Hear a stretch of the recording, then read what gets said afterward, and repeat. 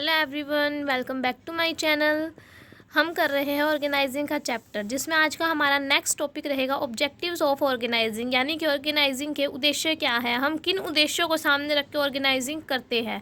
तो इसमें first point रहेगा effective management of the enterprise, यानी कि ऑर्गेनाइजिंग इसलिए की जाती है ताकि हमारे ऑर्गेनाइजेशन में मैनेजमेंट जो है वो अच्छे तरीके से हो सके, यानी कि काम को डिफरेंट पर्सनस के बीच में उनकी स्पेशलाइजेशन के बेस पे इसलिए डिवाइड किया जाता है ताकि हर पर्सन अपने काम को अच्छे से कर सके बिना किसी लड़ाई झगड़े के और कोऑर्डिनेशन के साथ, जिससे हमारी ऑर्गेनाइजेशन की जो मैनेजमेंट है वो अच्छे से हो सके। यानी कि टाइम पे रॉ मटेरियल परचेज़ किया जाना चाहिए और टाइम पे उस रॉ मटेरियल को यूज़ करके उसे फिनिश प्रोडक्ट बना के आगे सेल किया जाना चाहिए। डिफरेंट जो प्रोसेस है ये जब लाइन वाइज हो जाएगी कोऑर्डिनेशन के साथ, इट मीन्स हमारी ऑर्गेनाइजेशन के अंदर मैनेजमेंट जो है वो इफेक्टिव है। सेकेंड पॉइंट रहेगा maximum production at minimum cost, यानी कि हमारे बिजनेस का ये उद्देश्य होता है कि हमारे कंपनी के अंदर प्रोडक्शन ज़्यादा से ज़्यादा हो लेकिन उसकी कॉस्ट जो है वो कम आए। कॉस्ट कम आएगी तो उससे हमारी कंपनी को क्या फ़ायदा होगा कि हम उस प्रोडक्ट को कम प्राइस पे सेल कर सकते हैं, ज़्यादा से ज़्यादा कंज्यूमर्स हमारी ही कंपनी से उस चीज़ को परचेज़ करेंगे। ज़्यादा प्रोडक्शन होगा तो हम ज़्यादा सेल कर सकते हैं, और अगर कम कॉस्ट पे है तो इट मीन्स हम ज़्यादा से ज़्यादा कंज्यूमर्स को अट्रैक्ट कर सकते हैं अपने कंपनी की तरफ। थर्ड पॉइंट रहेगा सस्टेन्ड ग्रोथ एंड डाइवर्सिफिकेशन। ये भी एक बिज़नेस का जो है उद्देश्य होता है कि हमारा बिज़नेस ज़्यादा से ज़्यादा ग्रो करे, और डाइवर्सिफिकेशन यानी आज अगर हमारा बिजनेस एक प्रोडक्ट में डील कर रहा है तो कल को वो 4 प्रोडक्ट में डील करे। डाइवर्सिफिकेशन यानी प्रोडक्ट लाइन जो है वो हमारी इंक्रीज़ हो जाए और बिज़नेस की ग्रोथ हो। इट मीन्स बिजनेस का प्रॉफिट इंक्रीज़ हो कॉन्टीन्यूस, हमारे कंपनी में जो एम्प्लॉयज़ काम कर रहे हैं वो भी इंक्रीज़ हो। जैसे जैसे प्रोडक्शन इंक्रीज़ होगा तो हमें वर्कर्स की भी ज़्यादा ज़रूरत पड़ेगी, यानी कि बिज़नेस की ग्रोथ हो हर लाइन के अंदर। फोर्थ पॉइंट रहेगा कोऑपरेशन ऑफ एम्प्लॉयज़, यानी कि जो डिफरेंट एम्प्लॉयज़ हैं वो कोऑपरेशन के साथ काम करें। जब मैनेजमेंट अच्छी होगी इट मीन्स एम्प्लॉय जो है वो कोऑपरेशन के साथ अपने आप ही काम कर पाएंगे। नेक्स्ट रहेगा डिस्चार्जिंग सोशल रिस्पॉन्सिबिलिटी। ये भी एक बिज़नेस का उद्देश्य होता है कि हमारा बिज़नेस अपनी सोशल रिस्पॉन्सिबिलिटीज़ को पूरा कर पाए। हमारी सोसाइटी के अंदर जो डिफरेंट लोग रहते हैं उनको बहुत सारी एम्प्लॉयमेंट अपॉर्चुनिटीज़ प्रोवाइड की जा सके, वहाँ पे पोल्यूशन कम हो, लोगों को अच्छे प्रोडक्ट कम रेट पे दिए जा सके। तो जो डिफरेंट सोशल रिस्पॉन्सिबिलिटीज़ होती है बिज़नेस की ताकि वो कंप्लीट हो सके, ये भी बिज़नेस का उद्देश्य होता है। इन 5 उद्देश्य को मेनली देखते हुए एक बिज़नेस जो है अपने ऑर्गेनाइजेशन के अंदर ऑर्गेनाइजिंग जो स्ट्रक्चर है उसको क्रिएट करता है। नेक्स्ट रहेगा प्रिंसिपल्स ऑफ ऑर्गेनाइजेशन, यानी ऑर्गेनाइजेशन के लिए किन प्रिंसिपल्स को फॉलो किया जाता है। फर्स्ट रहेगा डिवीज़न ऑफ वर्क, यानी कि जो पूरा काम होता है उसको डिफरेंट वर्कर्स के अंदर डिवाइड किया जाता है ताकि हर कोई बंदा अपने अपने काम को अच्छे से कर सके, टाइमली कंप्लीट कर सके और प्रोडक्शन जो है कंपनी का इंक्रीज़ हो सके।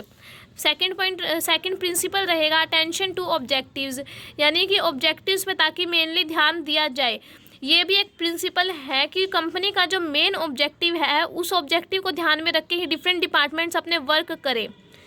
नेक्स्ट है स्पैन ऑफ मैनेजमेंट। इसमें यह बताया हुआ है कि मैनेजमेंट जो है उसकी अवधि को देखा जाना चाहिए। इट मीन्स जैसे कि 1 साल के अंदर हमने कंपनी का जो प्रोजेक्ट है उसको पूरा करना है। अगर एक ही सुपीरियर के ऊपर बाकी सारे सबॉर्डिनेट डिपेंड होंगे, यानी कि अगर कोई भी लड़ाई झगड़ा होता है सारे जाके उसी को बताएंगे, तो इससे क्या होगा कि उसके ऊपर वर्कलोड ज़्यादा हो जाएगा और वो टाइमली अपने एक्शंस नहीं ले पाएगा। तो इसमें ये चीज़, इस प्रिंसिपल को ध्यान रखना इसलिए ज़रूरी है कि डिफरेंट डिपार्टमेंट के डिफरेंट सुपीरियर्स होने चाहिए जो अपने अपने वर्कर्स को संभाल सके। नेक्स्ट प्रिंसिपल है यूनिटी ऑफ कमांड। इसके अंदर ये है कि एक जो वर्कर है उसको एक ही सुपीरियर से ऑर्डर मिलने चाहिए। अगर एक से ज़्यादा सुपीरियर यानी एक से ज़्यादा बॉस होंगे ना उसके, वो काम करने के उसको ऑर्डर देंगे, तो जो वर्कर है ना वो किसी का भी काम ढंग से नहीं कर पाएगा, क्योंकि उसके पास डिफरेंट ऑर्डर्स आ जाएंगे, वो ये नहीं डिसाइड कर पाएगा कि पहले किसका काम करना है। इसलिए यूनिटी ऑफ कमांड प्रिंसिपल को फॉलो करना बहुत ज़रूरी है ताकि काम जो है वो एफिशिएंटली कंप्लीट हो सके। नेक्स्ट रहेगा फ्लेक्सिबिलिटी, यानी कि ऑर्गेनाइजेशन में हमें ये ध्यान रखना चाहिए कि हमारा जो स्ट्रक्चर है वो स्टैटिक ना हो, यानी कि स्थिर ना हो, फ्लेक्सिबल हो। जैसे जैसे एनवायरनमेंट के अंदर चेंज हो वैसे वैसे हम अपने ऑर्गेनाइजेशन स्ट्रक्चर को चेंज कर सके। It means division of work को, अथॉरिटी रिस्पॉन्सिबिलिटी जो दी गई है उसके अंदर चेंजेस किए जा सके। फ्लेक्सिबल होना बहुत ज़रूरी है ऑर्गेनाइजेशन स्ट्रक्चर का। नेक्स्ट रहेगा प्रिंसिपल प्रॉपर बैलेंस, यानी कि बैलेंस मेंटेन करके रखना बहुत ज़रूरी है। जो पूरी ऑर्गेनाइजेशन होती है उसको डिफरेंट डिपार्टमेंट्स में डिस्ट्रीब्यूट किया जाता है, तो उन डिपार्टमेंट्स के बीच में बैलेंस होना बहुत ज़रूरी है।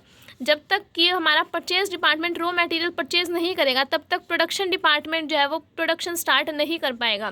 इसलिए डिफरेंट डिपार्टमेंट्स के बीच में बैलेंस होना बहुत ज़रूरी है, तभी एक जो बिज़नेस है वो सक्सेसफुल हो पाएगा। नेक्स्ट रहेगा मैनेजमेंट बाय एक्सेप्शन।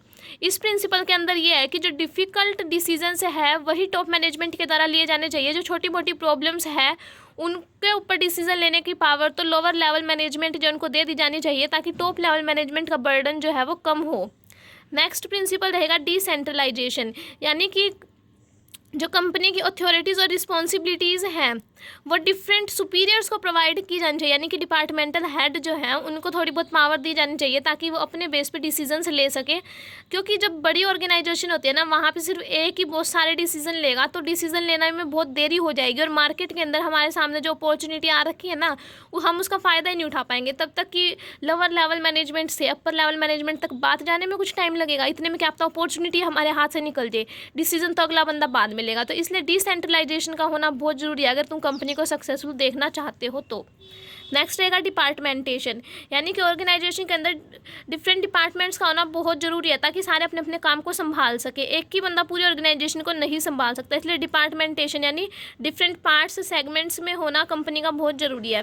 नेक्स्ट रहेगा एफिशिएंसी, यानी कि ये चेक किया जाना चाहिए कि हम जिस ऑब्जेक्टिव को पूरा करने जा रहे हैं वो ऑब्जेक्टिव हमारा मिनिमम कॉस्ट पे पूरा हो जाए। ये नहीं है कि उसमें कॉस्ट बहुत ज़्यादा आए। एफिशिएंसी में हम मेनली कॉस्ट का ध्यान रखते हैं कि कम से कम कॉस्ट पे हमारे बिजनेस का ऑब्जेक्टिव अचीव हो जाए। नेक्स्ट रहेगा स्केलर प्रिंसिपल। इसके अंदर क्या होता है कि एक चैन को फॉलो किया जाता है जब हम सुपीरियर्स की प्लेसमेंट करते हैं, यानी जब डिफरेंट पर्सन्स को हम जॉब प्रोवाइड करते हैं तो एक चैन को फॉलो किया जाता है कि सबसे पहले टॉप लेवल मैनेजमेंट पे, फिर मिडल, फिर लोअर लेवल मैनेजमेंट पे डिफरेंट पर्सन्स को अपॉइंट किया जाता है।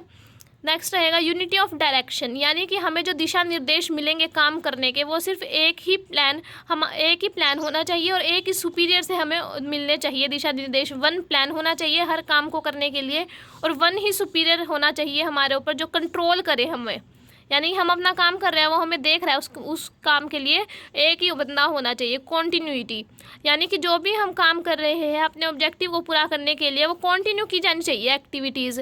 नेक्स्ट रहेगा कोऑर्डिनेशन, यानी कि समन्वय का होना बहुत ज़रूरी है डिफरेंट डिपार्टमेंट्स के बीच में।